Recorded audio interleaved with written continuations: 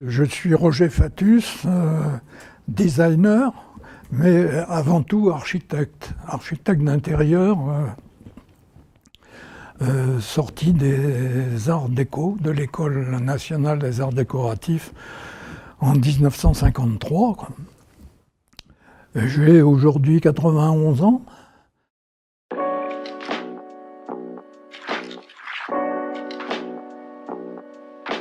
C'est impossible de s'arrêter, vous savez, c'est comme l'écrivain. On ne peut pas dire que l'écrivain à 65 ans, il dit « ça y est, je suis en retraite, je n'écris plus ». Bon, le design, c'est pareil, quoi.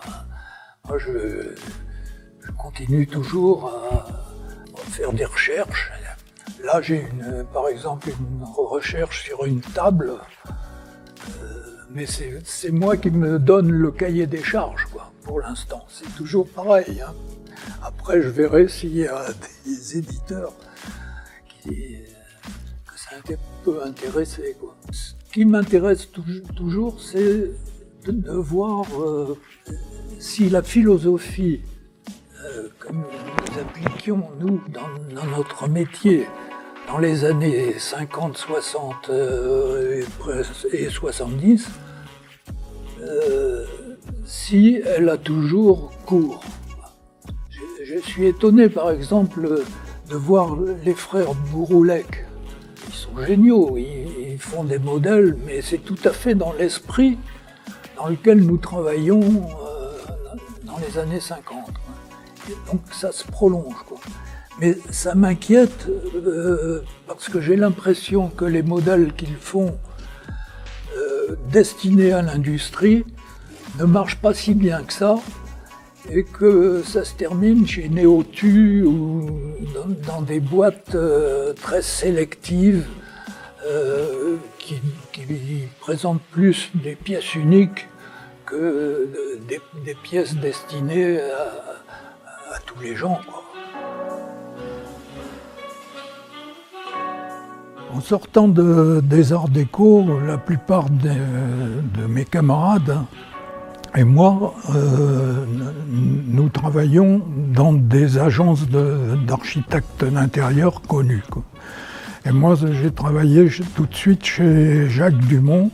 À cette époque-là, c'était pas facile en matière de design.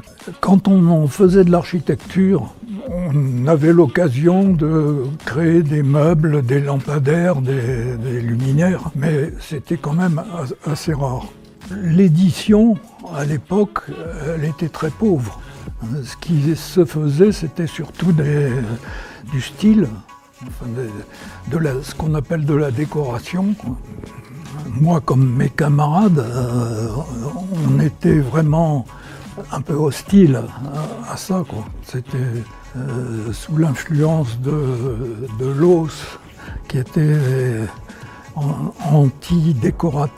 anti-décoration, et surtout avec l'influence positive là, de Le Corbusier. On était plutôt attiré par les formes, d'abord par l'industrie, quoi.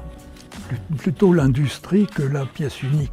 C'est curieux d'ailleurs de voir à quel point les industriels ne s'intéressaient pas vraiment à cette production d'objets très rationnels, très fonctionnels, mais beaux dans leur simplicité, quoi.